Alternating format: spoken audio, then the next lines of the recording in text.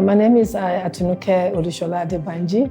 I'm a statistician and I work as a professor at the Department of Statistics and Actuarial Science at KNUST-TEK. My inaugural lecture is on the theme, Facts from Artifacts, a journey in statistical inquisition. And what it essentially teaches us is how do we tease out truth from figures or from data.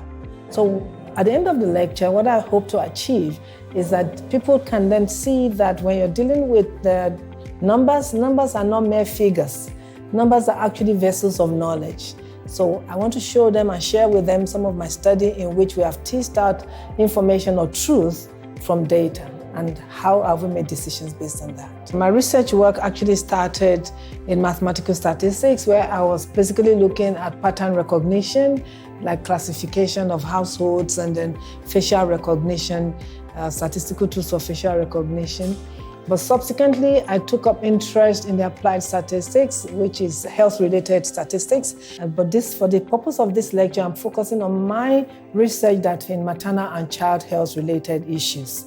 So we've looked at some research that talk about anemia in pregnancy, some research that talk about how people in Kumasi care for the newborn umbilical cord, the practices and the knowledge.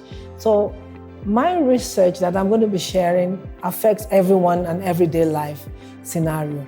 But what you find out is that a lot of times our research is not taken up in practice as much as shared in the academic community.